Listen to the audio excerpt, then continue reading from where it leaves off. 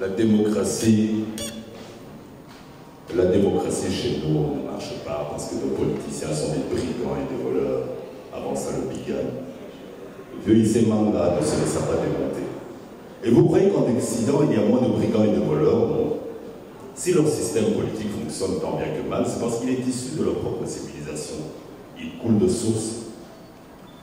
Ça, c'est une petite conversation, une petite parenthèse, une petite conversation entre les protagonistes de l'histoire. Ils parlent de démocratie. Chez nous, pour construire notre propre modèle politique, nous devrions nous référer plus à nos racines, aux lois et principes qui gouvernaient nos sociétés avant l'arrivée de l'homme blanc. D'ailleurs, tout cela ne serait pas arrivé s'il n'y avait pas eu des missionnaires.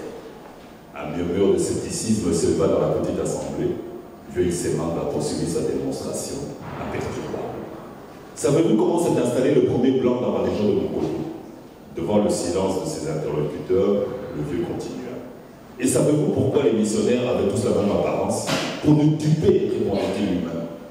Devant son éditoire incrédule, Issé Manga expliqua ce que ses pères lui avaient relaté jadis. La première expédition qui arriva dans cette contrée reculée de l'équateur petit se composait comme d'habitude d'un explorateur ou deux, de quelques soldats, de porteurs et d'un missionnaire en avant de la colonne, portant toujours barbiche, poivre et sel, longue soutane blanche, sandales en cuir, casque colonial. Évidemment, au plus profond de la forêt, ils tombèrent dans l'embuscade tendue par mes pères et mes oncles. Ceux-ci tuèrent toute la troupe de quelques flèches bien placées. La petite, insista-t-il en indiquant son flanc sous le bras gauche près du cœur. On goûta même un peu de cet animal à peau blanche qui se tenait debout. Devant le goût insipide de la viande, on oublia très vite l'incident. Des mois plus tard, une seconde expédition fut envoyée par les Blancs et connut le même sort. Mais petit, le type avec sa barbiche, poivre et sel, sa longue soutane blanche, ses sandales en cuir, son casque colonial, il était de nouveau là, toujours avec le même discours, les bras levés. Mes frères, on ne l'a pas laissé une seconde chance. On lui a envoyé une flèche.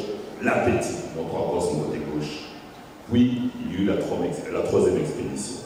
On a encore tué tout le monde, mais cette fois-ci, petit, quand le même type à la barbiche, soutane et sandales a crié les mains levées. Mes frères, intrigués par son invincibilité, mes pères et mes oncles lui ont laissé la vie sauve pour le sommer de s'expliquer. Il leur a raconté l'histoire d'un juif qu'il était censé représenter, qui déjà à l'époque ressuscitait encore plus rapidement que lui, en 3 jours. À partir de la petite, on a été foutu.